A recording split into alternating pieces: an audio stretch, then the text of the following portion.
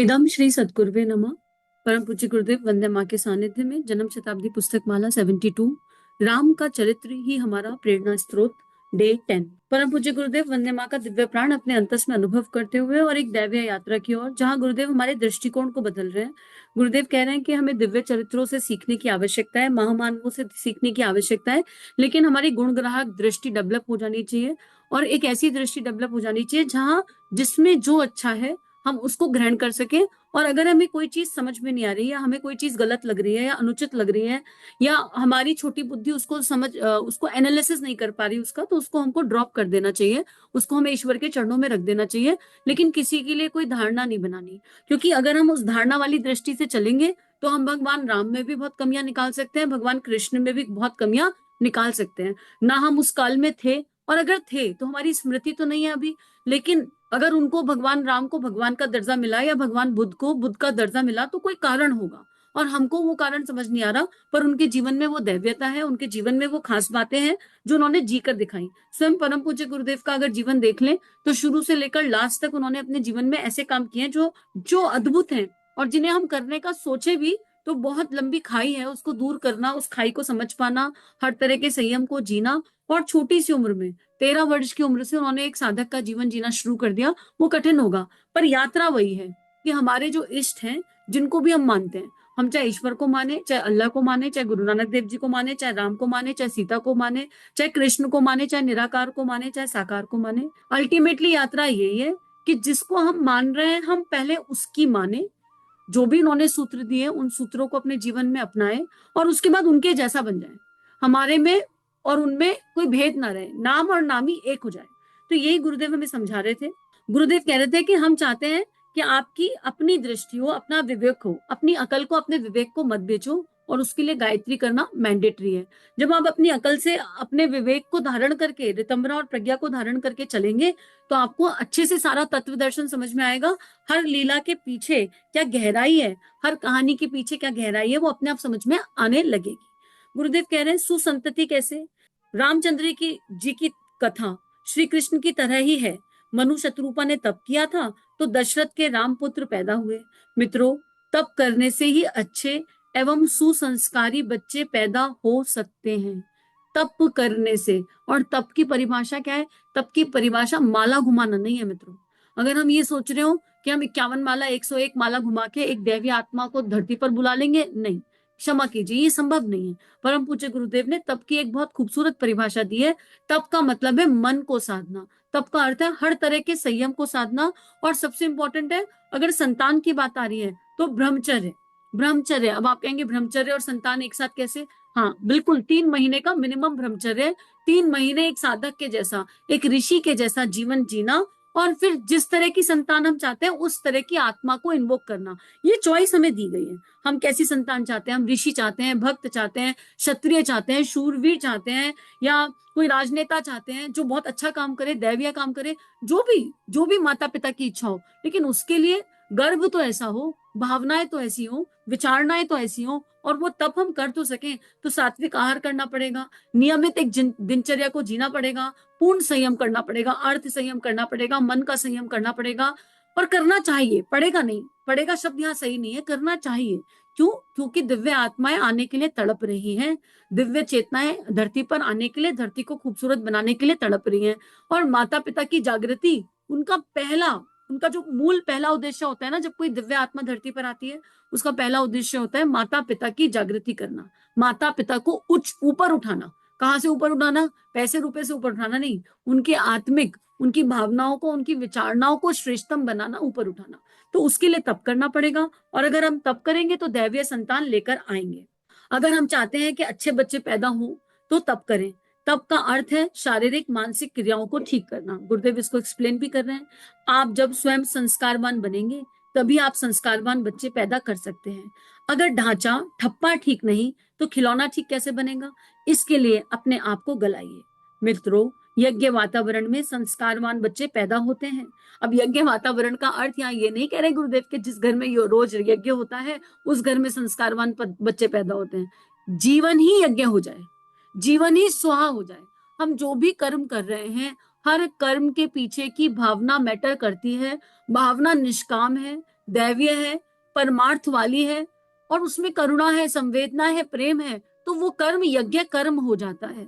लेकिन अगर हम लकीर के फकीर बने हुए हैं, अगर हम केवल कर्मकांड की एनर्जी में उलझे हुए हैं, तो वहां पर नहीं कहा जा रहा। अगर हम कर्मकांड की एनर्जी में हैं, तो हम बच्चों को भी भयभीत कर देंगे। हम बच्चों से ऐसी बातें करेंगे कि तुम दिया दिया बुझ गया तो बेटा कोई बहुत बड़ी समस्या आने वाली है। हम बच्चों के मन में अंधविश्वास डाल देंगे। अगर हम खुद खुद कर्मकांडी है तो हम बच्चों को कंफ्यूज कर देंगे। तो गुरुदेव उस कंफ्यूजन को इससे पहले जो प्रवचन आए हैं जन्म शताब्दी के, उनमें उन कंफ्यूजन को पूरी तरह दूर कर चुके हैं। एक में गुरुदेव ने षटकर्म बताया कि षटकर्म का महत्व क्या है। स्टार्टिंग में ही है वो किताब, शुरू में ही है, उसको पढ़कर सुनकर देखिए तो समझ में आएगा।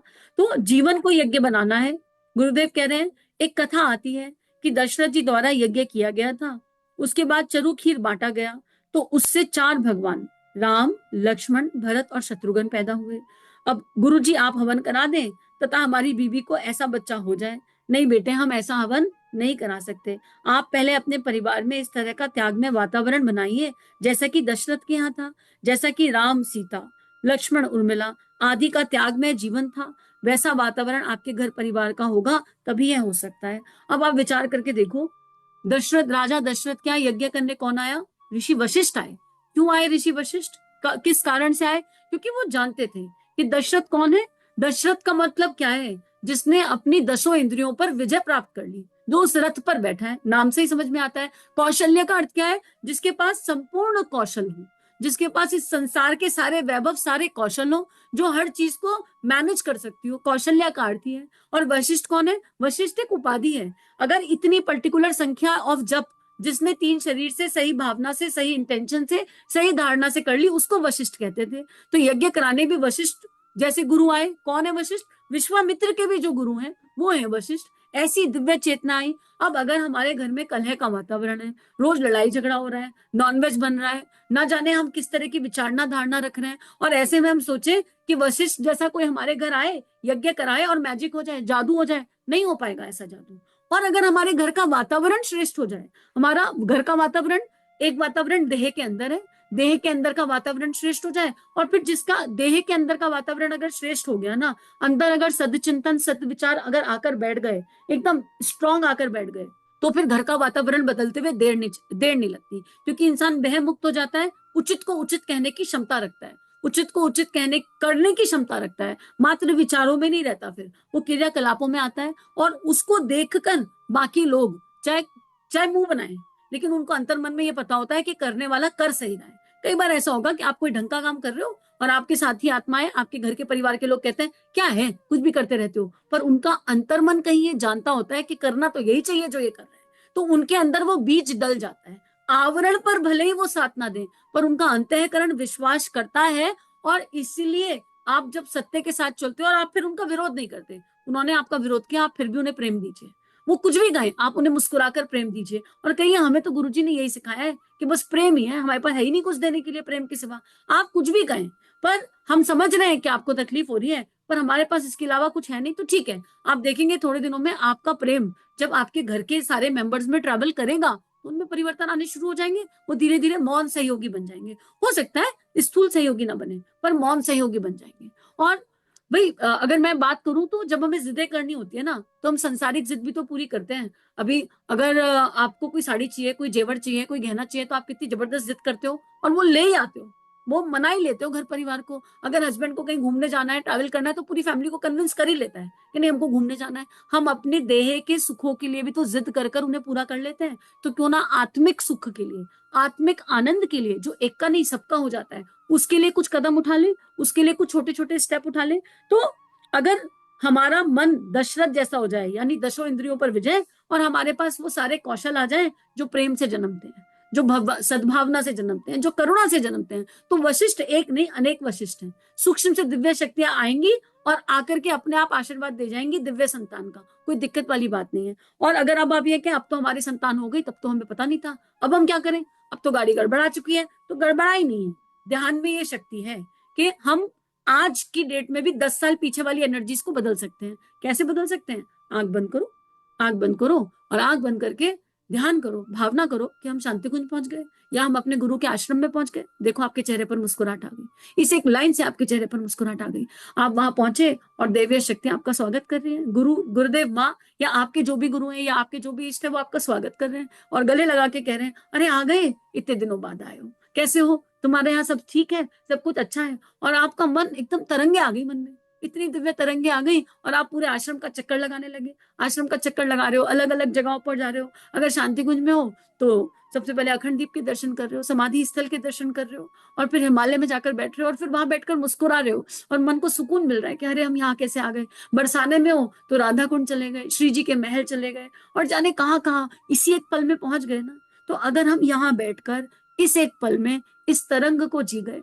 इस तरंग को अनुभव कर गए, तो फिर हम बैक डेट में जाकर क्यों नहीं ठीक कर सकते। आप नेत्र बंद कीजिए और देखिए गर्भावस्था है, देखिए गर्भावस्था है और गर्भ में अपने बच्चे से संवाद कीजिए। आपका बच्चा आज 15 साल का या 20 साल का अंतर नहीं पड़ता, आप उस समय में चले जाओ लेकिन उस फीलिंग को पूरा जियो, बिना संशय के, बिना डाउट के उस फीलिंग को पूरा जियो और फिर ये देखो कि आपके अंदर क्या कमी थी उस टाइम, अब उनको आज ठीक करना है। खाली ध्यान से नहीं, इस समय उस चीज को ठीक करना है। अच्छा उस समय हमने ये गलती करी, कोई बात नहीं, बच्चे से कहो गर्भ में, बेटा, बच्चे, संतान, प्यारी बच्ची, प्यारे बच्चे, हमसे गलती हो गई, हमसे भूल हुई, पर अब हमें सही समझ में आ गया, तो अब हम इसको विजुलाइज करेंगे और तुम्हारे अंदर यहीं से संस्कार डालेंगे। और आप इमेजिन करो कि आपका बच्चा आपके गर्भ में है और अगर पिता ये सुन रहे हैं तो पिता इमेजिन करें कि बच्चा आने वाला है और बच्चे से भावनात्मक रूप से जुड़ रहे हैं। अपने हृदय में गुरुजी को देखो और अपने हृदय में अपने इष्ट को देखो। आपके इष्ट के हृदय से एक एनर्जी बॉल निकली और गर्भ में चली गई, गर्भ में चली गई और गर्भ में जाके क्या किया, संतान के सूक्ष्म शरीर में प्रवेश कर गई, भले ही संतान की दैहिक एज कुछ भी है। और उसके बाद उससे संवाद करूं कि बेटा हमसे भूल हो गई, बच्चे हमसे भूल हो गई, हमें उस समय पता नहीं था पर आज हमें पता है। अब तुम युग ऋषि की संतान हो, अब तुम दैवीय संतान हो, भारत माता की संतान हो, तिरंगे की संतान हो और तुम इस समाज को कंट्रीब्यूट करने आए हो और उससे सारी बातें करिए जो जो आप चाहते हैं। लेकिन यहाँ पर आपकी इच्छा नहीं होनी चाहिए। अब आप ये मत कहना तुम अच्छी पढ़ाई करने लग जाओ और तुम अच्छा इंजीनियर बन जाओ, तुम अच्छा डॉक्टर बन जाओ, ये आपका मिथ्या मैं है। नहीं, ऐसी बातें नहीं करेंगे, दैवीय बातें करेंगे। क्यों, युग ऋषि की संतान की बात कर रहे हैं। और उसके बाद ध्यान करने के बाद अपने प्रेजेंट धैर्य को बदलिए। अगर आप नॉनवेज खाते हैं तो सात्विक आहार की तरफ चलिए, अगर आप लड़ाई झगड़ा करते हैं तो शांति की ओर बढ़िए, अगर आप बिना बात लोगों के बारे में धारणा बनाते हैं तो अपने इष्ट की ओर धारणा बनाइए, अपनी सारी धारणाओं को भगवान की ओर शिफ्ट करिए। पूरा परम पूज्य गुरुदेव की लेखनी को सुनिए, मैं क्या हूं को सुनिए, प्रेम योग को सुनिए, आत्मा परमात्मा का मिलन संजोग को सुनिए। ये 3 किताबें 6 महीने में पूरी हो जाएंगी अगर एक ऑडियो नोट सुनते हैं। इनको सुन लीजिए, ये 3 किताबें पूरा जीवन बदल देंगी। और इसके बाद ध्यान करिए, दोनों का कॉम्बिनेशन। आपको अगर ध्यान चाहिए होगा तो ध्यान बनाकर चैनल पर भी डाल देंगे, पर ऐसे साथी मिले तो जो ये करने को तैयार हो। यकीन कीजिए ध्यान में बहुत शक्ति है। अगर ध्यान श्रद्धा, विश्वास, उचित धारणा, उचित भावना के साथ किया जाए तो सब कुछ बदल सकता है। परम पूज्य गुरुदेव ने भविष्य का ध्यान कर लिया, क्या कहा, हम बदलेंगे युग बदलेगा। ये क्या है, ये एक अफर्मेशन, एक ध्यान ही तो है। गुरुदेव ने कहा हम बदलेंगे युग बदलेगा और गुरुदेव बदल गए। गुरुदेव ने अपने आप को पूरा बदल लिया, पूरा ट्रांसफॉर्म कर दिया, तो उनके बदलने से हम लोग बदलने लगे ना। तो ये युग में कंट्रीब्यूशन नहीं हो रहा, एक एक एक एक बदल रहा है। तो ये एक एक एक एक जो बदल रहा है ये सतयुगी आत्माएं तो है। आप और हम कौन है, सतयुगी आत्माएं। कलयुग का मतलब क्या है, ज्यादा काली सोच वाले ज्यादा लोग हो गए इसलिए कलयुग आ गया। अब सात्विक सोच वाले, सत्य की सोच वाले जब ज्यादा लोग हो जाएंगे तो सतयुग आ जाएगा। इतना ही तो है, रेशियो ही चेंज होना है। इस समय 70% लोग काली सोच के हो गए और 30% सत्य की सोच के हैं, इसलिए कलयुग हावी है। अब ये रेशियो बदल जाएगा। आप और हम संतों की, ऋषियों की लेखनी को सुनेंगे, जीवन में उतारेंगे, अपने अंदर बदलाव करेंगे और वो कर रहे हैं, हम निश्चित रूप से कर रहे हैं। तो चेतनाएं चेंज होंगी और सत्य की, सत्य वाली सोच, सच्ची सोच जागृत होगी और सतयुग आ जाएगा। इतना ही है बस। तो गुरुदेव ने जो कहा वो हमें भी जिमा रहे हैं और खुद तो जी कर गए, खुद तो अपना जीवन उन्होंने एक्सपेरिमेंट कर लिया। अब फिर त्याग की बात गुरुदेव कर रहे हैं। अगर हमको दैवीय संतान चाहिए तो हमें त्याग, त्याग समझ में आना चाहिए। त्याग का अर्थ ये नहीं है कि घर बार त्याग दो और हिमालय पर जाकर बैठ जाओ ना। त्याग का अर्थ ये है कि हमारे अंतर मन में किसी चीज के लिए आसक्ति नहीं होनी चाहिए। आपके पास 9 लाख का हार है, बढ़िया बात है जी, अच्छी बात है, ताली बजाइए आपके लिए खूब, आप उसे पहनिए। पर अगर उसका समय आने पर त्याग करना पड़े, उसे गुरु कार्य में लगाना पड़े, उसे बच्चों के लिए लगाना पड़े, उसे अपनी बहू को देना पड़े, तो बिना अटके दे दीजिए। उसमें चिपकना क्यों है, आज है कल नहीं होगा। आज आपके पास बहुत बड़ी गाड़ी है, बहुत बढ़िया, उसका अपने लिए इस्तेमाल कीजिए, गुरु कार्य के लिए इस्तेमाल कीजिए, उससे चिपकिए मत, उससे अटैच मत होइए। त्याग का मतलब है वृत्तियों का त्याग करना। त्याग का मतलब है अंदर में जो आसक्ति के धागे हैं, जो मोह के धागे हैं, जो देह भाव की ऊर्जा है, उनका त्याग करना। और मध्यम मार्ग पर ऐसा नहीं कि बस ओवरनाइट आज ही सब कुछ त्याग देंगे, ऐसा नहीं होता। धीरे धीरे, शनै शनै, छोटे छोटे स्टेप लेंगे। पहले ये तो पता चले कि चिपके हुए किस चीज से हैं।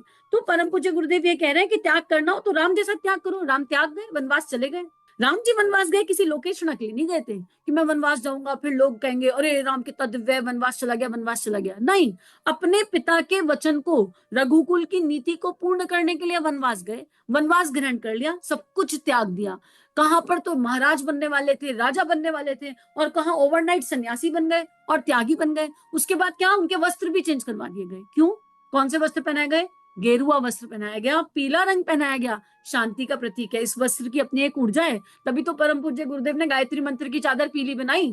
तभी तो गुरुदेव ने कहा कि मैंने सूर्य से तुम्हारे लिए पीला रंग उधार लिया है, और इस पीले रंग में एक दिव्यता छुपी हुई है। क्यों छुपी हुई है? ज्यादा विज्ञान में जाने की जरूरत नहीं। गुरु वाक्य ब्रह्म वाक्य, गुरु जी कह के गए, इसलिए इसमें दिव्यता है। पर इसको पहनकर देखिए, गुरु जी कहते हैं जब आप सही इंटेंशन से, सही भावना से, सही धारणा से इस रंग को, इस भाव को धारण करेंगे तो आप बसंती रंग के हो जाएंगे।